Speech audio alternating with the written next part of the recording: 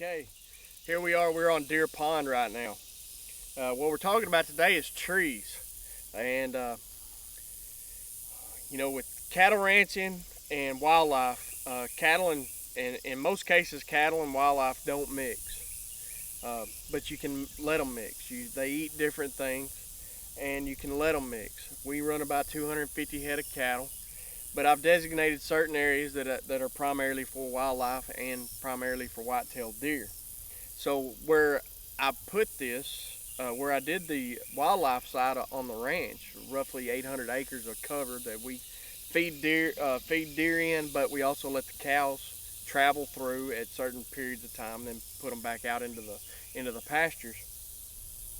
I planted a lot of trees. So this place was set up for cattle ranch. So it's a wide open pastures, very few trees, just for shade for cattle. And that's the way it was kind of set up. Everything's mowed, kept down nice, sprayed, everything else. So there's certain areas that are wide open like this that I am designating as wildlife, that I am going back and preparing it for wildlife. So I put my food plots up on the hills, and then now I have where I found good water source and a good area where the deer want to be, I've planted trees.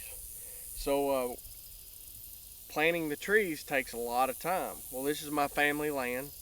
I'm planting trees and getting ready and doing this for future generations. My boys like to hunt. By the time they get 40 years old, it'll be set up just about perfect. It'll be good anyway in the meantime, because you see the nice tall grasses, the wild grasses that have grown up. The deer love to get in those and eat. But where you see these tall grasses are trees planted. So here in this general area, I planted somewhere around 10,000 trees. There's close to 10 acres that have been planted, but the whole thing's not covered. There's just travel areas on the edges of the food plots and around in the side hills and next to the water. I've planted trees. So on our whole ranch, we've planted roughly 60 acres of trees, but they're not in one continuous block. They're in travel corridors. So where I figure the deer want to travel, they're going to travel through the trees anyway. But where they most likely want to travel, around water sources, creek beds, low spots that you can't mow anyway very easily for cattle, and you want to keep cattle out of those areas, it's hard to kind of keep it clean. You might as well have trees and not plant it and waste the diesel. So travel corridors, I've made a lot of travel corridors in areas that the deer want to travel. Side hills that's hard to keep maintained from mowing, and hay meadows and pastures, things like that. Coarse ground that's just a lot of clay and other things that doesn't grow good grass, you might as well have trees on them.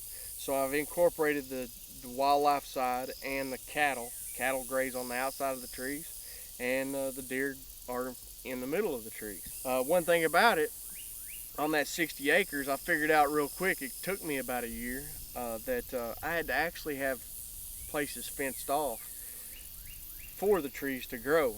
Because when we went in and planted, we planted small saplings, pretty short. They're 12 inches to 18 inches long.